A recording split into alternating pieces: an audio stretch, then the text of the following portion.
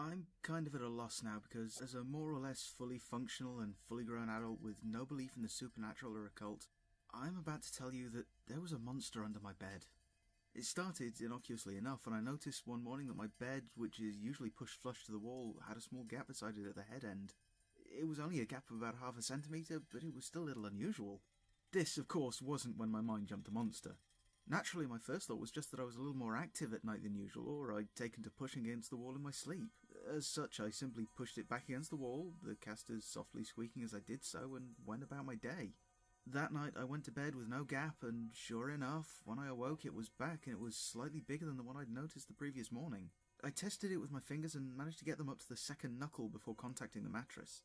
I decided to give it a little time and see if it was just a passing phase in my sleeping habits.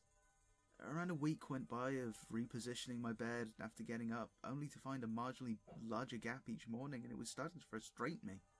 By that time, it was large enough to fit my hand up to the base of the thumb, and I decided to do something about it once and for all. When I found a few spare minutes, I removed the casters from the feet to inhibit its movement. I swore loudly in the morning when I discovered that doing so hadn't worked at all and the gap was once again mocking me with its presence.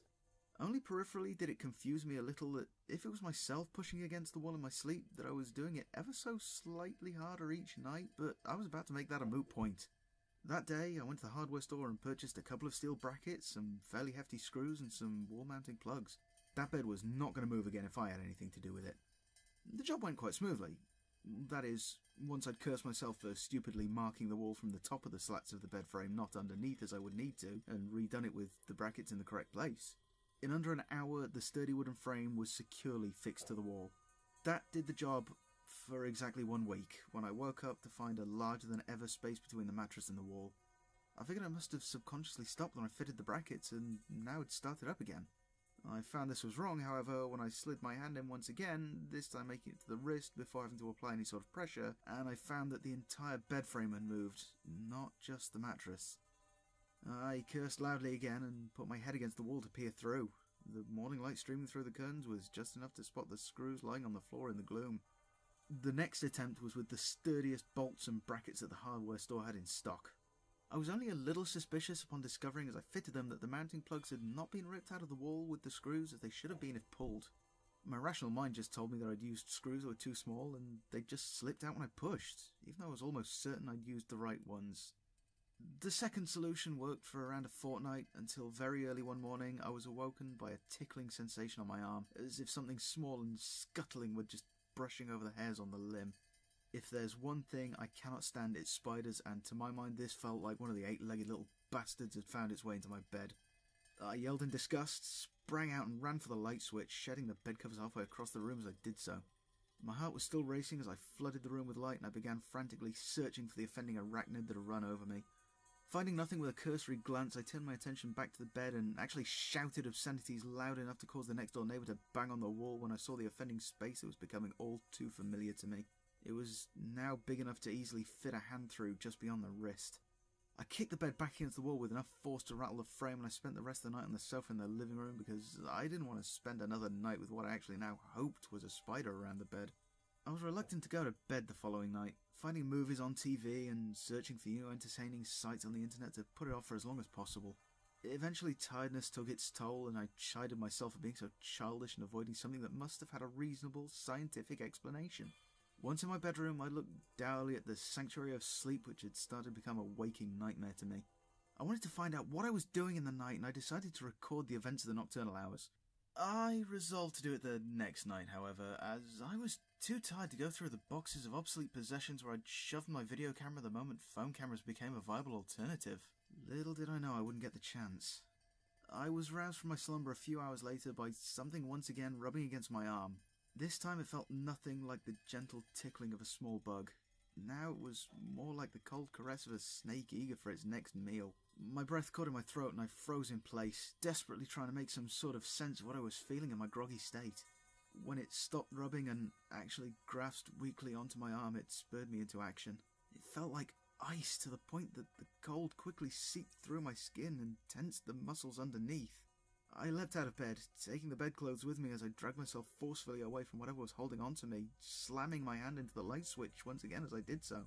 Even through my sleep-addled haze, the old, withered, grey-skinned hand was unmistakable as it felt around the edge of the mattress for me once again.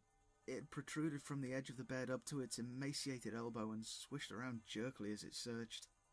The fingers looked like little more than chicken bones wrapped in dry skin, with bulbous knuckles that in any other situation may have looked comically large. Each one ended in cracked and yellowed fingernails usually only seen on the long dead of Hollywood zombie movies.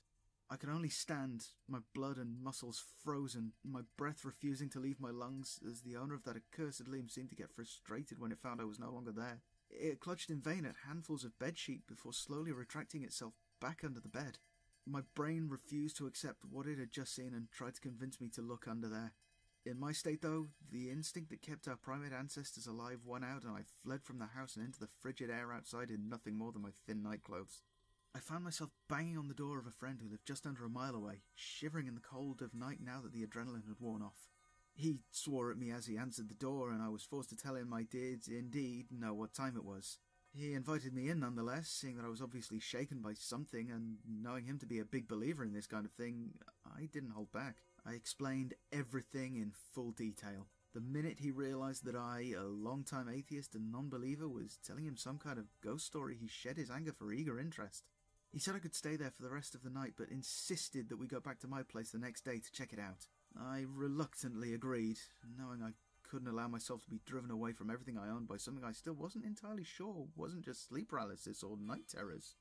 That was last night, and now I'm sat outside, still wearing borrowed clothes, just within range of my Wi-Fi while my friend searches through my home, fascinated. We arrived this morning and went in, myself full of trepidation and my friend full of morbid enthusiasm. I fully expected, or desperately hoped, to see everything just as I'd left it. In the bedroom was the reason that I'm now outside and refusing to go in. He went in before I did, and we both ended up staring at the bed, he in glee, myself in terror, at seeing that it was a full 2 feet from the wall, easily enough for whatever had clutched onto me to haul itself out to freedom.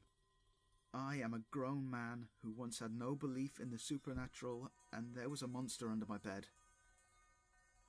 But I don't think that bed is holding it down there anymore.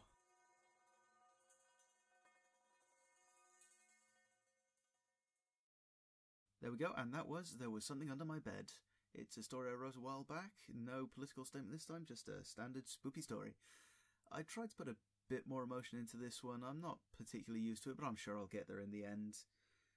I know the monster under the bed concept isn't the strongest to begin with, but I tried to put a different spin on it. It's based on one of my phobias of, something reaching out from under the bed and grabbing you, so I usually sleep pressed up against the wall just in case. And yes, I am a grown man, and I do still do that because of that fear. It has occurred to me, though, what if you're not actually safe up against the wall? What if you're safer at the other edge of the bed, right by the gap where it could reach out? Because the part by the wall acts like some kind of portal, it's got to push the bed out of the way and reach up before it can get you. I tried to keep it as close to human reaction as possible. There are just too many stories out there where the slightest unusual thing happens and they jump straight to, oh my god, it's the spoopernatural! Or, they just go straight to denial and just refuse to accept anything unusual is going on until they're dead. So I tried to find a bit of a balance between there, not straight up denial, not jumping straight to monster, trying to rationalise, just generally confused. I don't know, just tell me if you think I made it. If you liked it, put something into that like bar. If you didn't like it, then let me know where I can improve. That's pretty much all I can say on this one at the moment. So until next time, keep being beautiful to each other.